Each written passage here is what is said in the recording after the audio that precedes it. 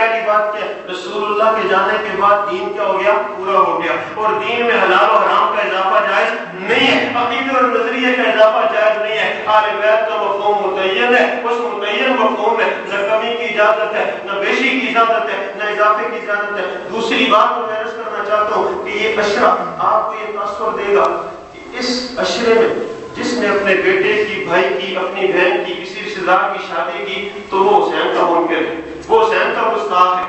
میں کہتا ہوں جو شادی کو اس عشرے میں آرام سمجھے وہ رسول اللہ کا گستاخ ہے. اور یہ میں فتویٰ ویسے جذبات میں نہیں لگا رہا، میں پورے ہوش و حواس سے لگا رہا ہوں. یاد رکھیں میں جذباتی فتویٰ نہیں دے رہا. جو آدمی، میں نے لفظ جو سوال کیے پھر لفظوں پہ غور کرنا، جو آدمی اس عشرے میں شادی کو حرام سمجھ کے نہ کرتا ہو، لفظوں پہ غور کرنا، اس عشرے میں جو آدمی شادی کو حرام سمجھ کے نہ کرتا ہو وہ دین کے حلال کو حرام کر رہا ہے. اور دین کے حلال کو حرام کرنے کا اختیار نبی علیہ السلام کے جانے کے بعد کسی کو نہیں ہے. اس لیے وہ رب کا بھی گستاخ ہے، وہ رسول کا بھی گستاخ ہے، وہ دین کے اندر بھی اضافہ کرنے والا ہے. اللہ کرے ہم حلال کو حلال سمجھیں، حرام کو حرام سمجھیں. حلال حلال ہے، حرام حرام ہے. میرے آقا نے فرمایا، پھر میں نے ایک ساتھی سے کہا تو سوچنے پہ مجبور ہو گیا، سر اس نے ہلایا. میں نے کہا یار مجھے یہ بتاؤ کہ بیٹا افضل ہے یا باپ افضل ہے؟ باقی کو تو چھوڑو نا. راسی کے نزدیک ابو بکر اور عثمان تو ہے ہی نہیں، معاذ اللہ معاذ اللہ معاذ اللہ معافی دے،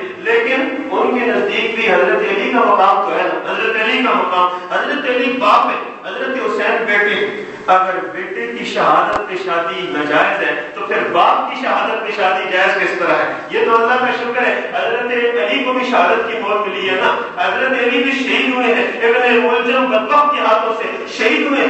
باپ شہید ہو اور اس کی شہادت کے دن تو شادی جائز ہو، اور بیٹا شہید ہو اس کی شہادت میں تو شادی ناجائز ہو جائے، یہ فرق سمجھ نہیں آتا. یہ تو بیٹے کو بڑھانا ہے اور باپ کو گھٹانا ہے. ہم کہتے ہیں بیٹے کو جو کچھ ملا تھا علی کی تربیت سے ملا تھا، بیٹے کو جو کچھ ملا تھا علی المرتضیٰ کے فیض سے ملا تھا. بیٹے نے جو استقامت دکھائی تھی اپنے باپ سے دیکھ کر دکھائی تھی. بیٹے نے جو ہمت اور جرأت کی تھی، جو خون بہایا تھا اور جو استقامت دکھائی تھی، یہ سارا سبق یا تو علی سے سیکھا تھا اور علی نے خلفائے ثلاثہ سے سیکھا تھا، علی نے ابو بکر و عمر سے سیکھا تھا اور بیٹے نے باپ سے سیکھا تھا. اگر بیٹے کے 10 محرم کے دن یا 10 محرم سے پہلے 10 دن شادی حرام ہو جاتی ہے تو پھر حضرت علی کی شہادت پہ بھی حرام ہونی چاہیے. پھر علی سے افضل ہے عثمان، حضرت عثمان کی شہادت پہ بھی حرام ہونی چاہیے. عثمان سے افضل ہے عمر، حضرت عمر کی جو حملہ ہوا 26 ذی الحج کو، شہادت ہوئی 1 محرم کو، ان دنوں میں بھی پھر شادی حرام ہونی چاہیے.